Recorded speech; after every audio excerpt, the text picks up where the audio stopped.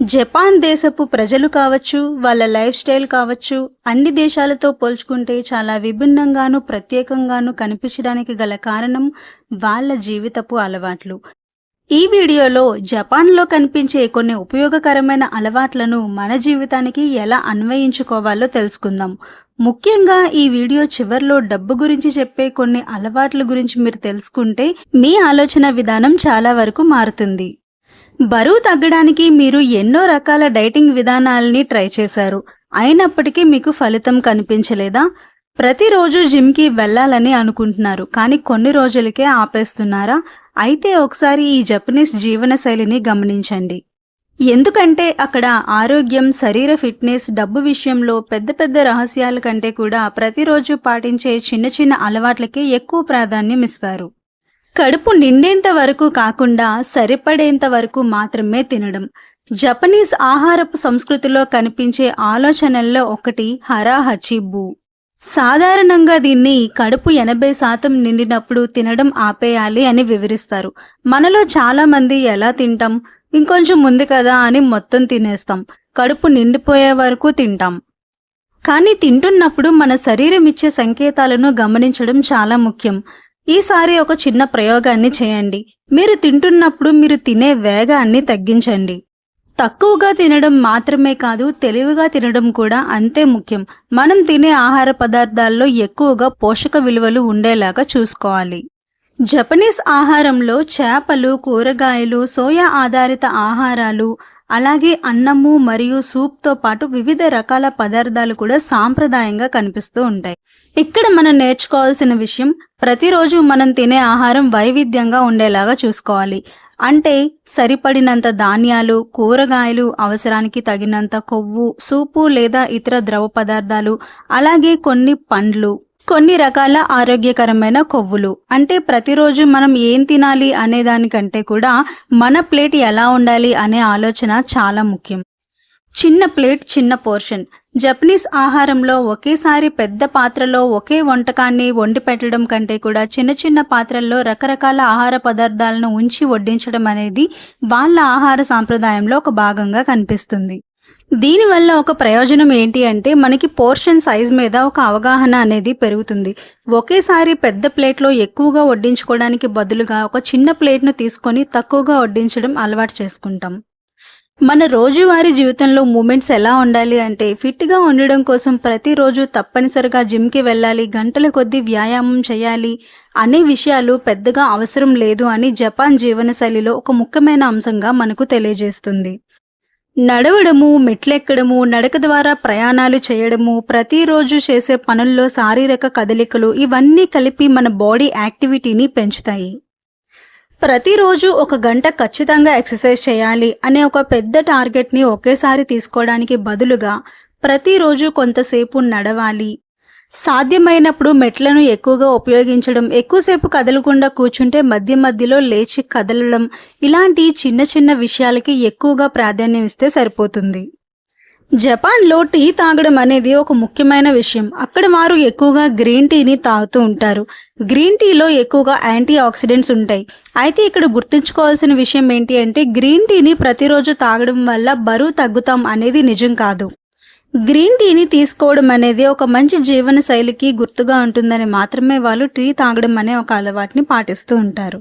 చక్కెర మోతాదు ఎక్కువగా ఉండేటటువంటి సాఫ్ట్ డ్రింక్స్ లేదంటే షుగరీ బ్యావరేజెస్ ఇలాంటివి ఎంకరేజ్ చేయడం కంటే కూడా చక్కెర తక్కువ మోతాదులో వేసుకొని ఇలాంటి రుచికరమైన, ఆరోగ్యకరమైన టీ తాగడానికి వాళ్ళు ఎక్కువగా ప్రిఫరెన్స్ ఇస్తారు కావచ్చు. జపనీస్ సంస్కృతిలో మనకి చాలా ఉపయోగపడే మరొక విషయం ఏంటి అంటే కైజన్ అనే ఒక అలవాటు. ఈ కైజన్ అనే అలవాటు ఏ విధంగా ఉంటుందంటే చూడండి, మనలో చాలా మంది ఒక విషయాన్ని తర్వాత చేస్తాను, రేపు చేస్తాను అని వాయిదా వేస్తూ ఉంటాం. కానీ జపనీస్ వాళ్ళు పాటించే ఈ కైజన్ క్రమశిక్షణ అనేది ఏ విధంగా ఉంటుందంటే కొన్ని మంచి మంచి పద్ధతులను ప్రతిరోజు చిన్న చిన్న అలవాట్ల రూపంలో అలవాటు చేసుకుంటూ నిరంతరం వాటిని కొనసాగించే విధంగా అలవాటు చేసుకుంటారు. ఒక్క రోజులో జీవితాన్ని మార్చుకోలేం కాబట్టి ప్రతిరోజు చిన్న చిన్న అలవాట్ల రూపంలో మన జీవితాన్ని నిరంతరం మెరుగుదల చేసుకోవడానికి ప్రయత్నించాలి. కకీబో అనే మరొక అలవాటు. డబ్బును మనం ఎక్కడ ఖర్చు చేస్తున్నాము అనే విషయాన్ని తెలుసుకోవడం. ప్రతిరోజు మనం చేసే చిన్న చిన్న ఖర్చుల్ని కూడా ఒక చిన్న నోట్బుక్లో నమోదు చేసుకుంటూ ఉండాలి. అలా చేసినప్పుడు మాత్రమే మనకి అనవసరమైన ఖర్చులు ఎన్ని రకాలుగా అవుతున్నాయి అనేది ఒక అవగాహన ఉంటుంది. జపాన్లో ప్రసిద్ధి చెందిన వ్యక్తిగత ఆర్థిక నిర్వహణ పద్ధతుల్లో ఈ కకీబో బాగా ప్రసిద్ధి చెందింది. ఇది ఎవరికి వారే తమ ఖర్చుల్ని అవగాహన చేసుకోవడం కోసం కనిపెట్టినటువంటి ఒక పద్ధతి. దీన్ని సాధారణంగా హౌస్ హోల్డ్ బడ్జెటింగ్ మెథడ్ అని చెప్పవచ్చు, లేదంటే వ్యక్తిగతంగా ఎవరి ఖర్చులను వారు నమోదు చేసుకునే పద్ధతిగా కూడా చెప్పవచ్చు. మితిమీరిన ఖర్చులు జీవితాలను నాశనం చేస్తాయి కాబట్టి ఈ కకీబో అనే పద్ధతి మనకు చాలా ఉపయోగపడుతుంది.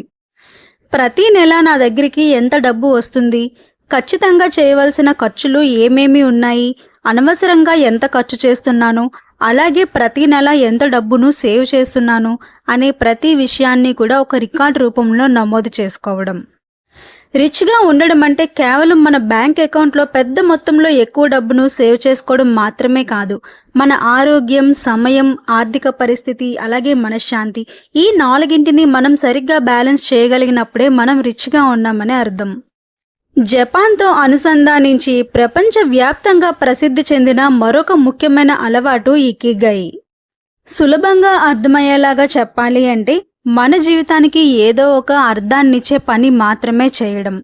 డబ్బు కోసం మాత్రమే మనిషి బ్రతుకుతున్నాడు అనే విధంగా కష్టపడడం కాకుండా, ఉదయం లేచిన వెంటనే మళ్ళీ అదే రొటీన్లో మనిషి బ్రతుకుతూ ఉండడం కాకుండా, మన మనసుకి నచ్చిన పని ఏదైతే ఉంటుందో అది ఉద్యోగం కావచ్చు, కుటుంబం కోసం కావచ్చు, సమాజం కోసం కావచ్చు, ఏదైనా కొత్తగా క్రియేటివిటీ చేయడం కావచ్చు, ఏదైనా సరే మన మనసుకి నచ్చిన పని అయితేనే దాన్ని చేయాలి.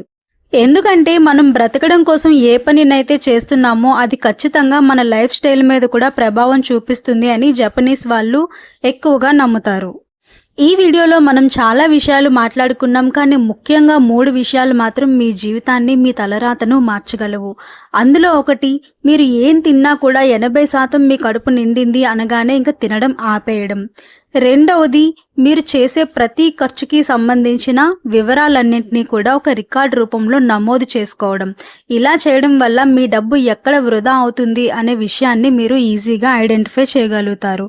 అలాగే మూడవది, ప్రతిరోజు గంటలు వ్యాయామాలు చేసి అలసిపోయి ఇంకా ఆ పని మీద విరక్తి చెందేలాగా ప్రవర్తించడం కంటే కూడా ప్రతిరోజు నడవాలి అనే ఒక చిన్న అలవాటుని చేసుకోవడం చాలా మంచిది. అలాగే గుర్తుంచుకోండి, మనం చేసే చిన్న చిన్న అలవాట్లే మన జీవితంలో పెద్ద పెద్ద మార్పులు రావడానికి చాలా సహాయపడతాయి. ఇలా అయితే అసలు ఆలోచించకండి, నా జీవితం మారాలి అంటే ఏదో ఒక పెద్ద మార్పు జరగాలి అని.